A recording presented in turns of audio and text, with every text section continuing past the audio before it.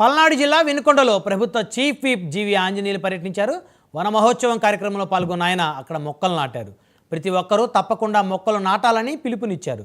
అంతేకాకుండా నాటిన మొక్కలను బ్రతికించుకోవాలని సూచించారు.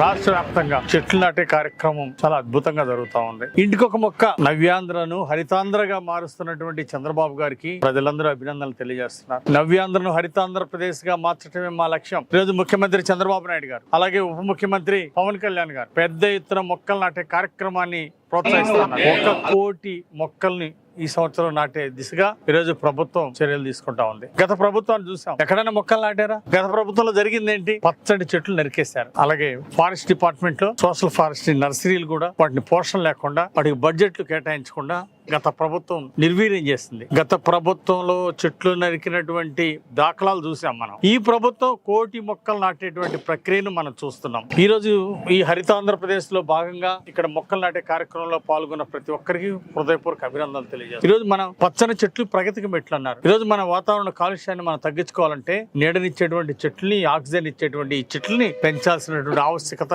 ఎంతో ఉంది. ప్రపంచంలో రోజుకి 3,50,00,000 రాష్ట్ర వ్యాప్తంగా చెట్లు నాటే